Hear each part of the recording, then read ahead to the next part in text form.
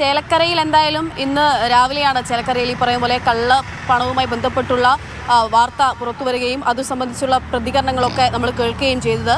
സമാധാനപരമായിട്ടായിരുന്നു തെരഞ്ഞെടുപ്പ് ചേലക്കരയിൽ നടന്നതെങ്കിൽ പോലും നമ്മൾ ഇന്നലെയും അവിടെയുള്ള സ്ഥാനാർത്ഥികളോടൊക്കെ സംസാരിച്ചപ്പോൾ സമാധാനപരമായിട്ടാണല്ലോ തെരഞ്ഞെടുപ്പ് നടക്കുന്നതെന്നുള്ള ചോദ്യം ചോദിക്കുകയും അതിലൊരു വലിയ ആശ്വാസം അതായത് പാലക്കാട് ഉപതെരഞ്ഞെടുപ്പ് നടക്കുന്നുണ്ട്. പാലക്കാട് സംഭവ വികാസങ്ങൾ നോക്കുമ്പോൾ ചേലക്കരയിൽ സമാധാനമാണല്ലോ എന്ന് ചോദിക്കുന്നിടത്ത് നിന്നാണ് ഇന്ന് ആ തരത്തിലൊരു വാർത്ത ചേലക്കരയിൽ നിന്ന് റിപ്പോർട്ട് ചെയ്യപ്പെടുന്നത്. അതിന്മേലുണ്ടാകുന്ന രാഷ്ട്രീയ പ്രതികരണങ്ങൾ നമ്മൾ കാണുകയാണ്. അതേ രാഷ്ട്രീയ പ്രതികരണങ്ങളുടെ ഇങ്ങേയറ്റത്തേക്ക് പാലക്കാട്ട് അത് വലിയ സജീവമാകാൻ പോകുന്നു. പാലക്കാട് തെരഞ്ഞെടുപ്പിൽ അത് വലിയ വിഷയമാകാൻ പോകുന്നു എന്നുള്ളതാണ് ഇന്ന് CPM ജില്ലാ സെക്രട്ടറി മാധ്യമങ്ങളെ കണ്ടപ്പോൾ അദ്ദേഹം ഏറ്റവും പ്രധാനപ്പെട്ടതായി പറഞ്ഞ് ചൂണ്ടിക്കാണിച്ച കാര്യവും തുടങ്ങിയതും അതിൽ തന്നെയായിരുന്നു. ഞങ്ങൾ നേരത്തെ പറഞ്ഞല്ലോ, അതായത് പാലക്കാട്ട് കഴിഞ്ഞ ദിവസം ഉണ്ടായിട്ടുള്ള കോളിളക്കങ്ങൾ, വിവാദങ്ങൾ, ഒരു രാത്രിയിലുണ്ടായ നാടക സംഭവവികാസങ്ങളൊക്കെ നമ്മൾ കണ്ടല്ലോ.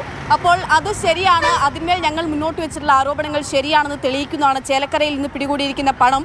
മാത്രമല്ല ചേലക്കരയിൽ ഈ പണവുമായി പിടിയിലായിട്ടുള്ള ജയൻ അത് പാലക്കാട്ട് ഒരു കോൺഗ്രസ് കൗൺസിലറുമായി അടുത്ത ബന്ധമുള്ളയാളാണ്. ആ കൗൺസിലർ ഷാഫി പറമ്പിലുമായി ബന്ധമുള്ളയാളാണ്. അപ്പോൾ അത് കോൺഗ്രസിന് മേൽ അതിഗുരുതരമായിട്ടുള്ള ആരോപണം ഉന്നയിക്കുകയാണ് ഈ വിഷയവുമായി ബന്ധപ്പെട്ട് CPM ചെയ്യുന്നത്. അതിനപ്പുറത്തേക്ക് നേരത്തെ പ്രജീഷ് പറഞ്ഞ പോലെ തന്നെ ഏറ്റവും പ്രധാനപ്പെട്ട മറ്റൊരു വിവാദമായി ഇനി ഉയർന്നു പോകുന്നത്, പാലക്കാട്ട് നമ്മൾ ഓരോ ദിവസവും ഓരോ വിവാദം കാണുകയാണ്. തീരുന്നില്ല എന്ന് തന്നെ വ്യക്തമാക്കുന്ന, അല്ലെങ്കിൽ തെരഞ്ഞെടുപ്പ് കഴിഞ്ഞാലും തീരുന്നില്ല എന്ന് വ്യക്തമാക്കുന്നതാണ് ഈ വ്യാജ വോട്ട് എന്നുള്ള ആരോപണം. നമുക്ക് ഇന്ന് CPM ജില്ലാ സെക്രട്ടറി അദ്ദേഹം ഈ വോട്ടർ ലിസ്റ്റുമായി മുന്നിൽ വന്നുകൊണ്ടാണ് മാധ്യമങ്ങളെ കണ്ടത്. അദ്ദേഹം പറയുന്നത് പലയിടങ്ങളിലായി ആയിരക്കണക്കിന് വോട്ടുകളാണ്, ഇത്തരത്തിൽ വ്യാജ വോട്ടുകളാണ് രേഖപ്പെടുത്തിയിരിക്കുന്ന വോട്ടർ ലിസ്റ്റിൽ ഉൾപ്പെട്ടിരിക്കുന്നത്. പ്രത്യേകിച്ച് രാഹുൽ മാങ്കൂട്ടത്തിനെതിരായിട്ടുള്ള ആരോപണം അദ്ദേഹം ഉന്നയിക്കുന്നുണ്ട്. വ്യാജ ID കാർഡുമായി ബന്ധപ്പെട്ട് അറസ്റ്റിലായ ഒരാളാണല്ലോ സ്ഥാനാർത്ഥിയാവുന്നത്.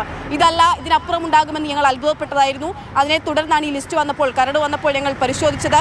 177 ബൂത്തിൽ 37 വോട്ടുകളാണ് ഇത്തരത്തിൽ വ്യാജമായി, അതായത് മറ്റു പഞ്ചായത്തുകളിൽ അദ്ദേഹം ചൂണ്ടിക്കാണിക്കുന്നുണ്ട്. മലമ്പുഴ പഞ്ചായത്തിൽ പേരുള്ള അവിടെ വോട്ടർ ലിസ്റ്റിൽ പെട്ടിട്ടുള്ള ആളുകൾക്ക് ഇവിടെ പിരായിരി പഞ്ചായത്തിൽ വോട്ട്, കണ്ണാടി പഞ്ചായത്തിൽ വോട്ട്, ഈ തരത്തിലാണ് 100 കണക്കിന് 1000-ഓളം വോട്ടുകളുണ്ട്. ഇത് എത്രയെന്ന് എണ്ണിയാൽ പോലും മനസ്സിലാകുന്നില്ല.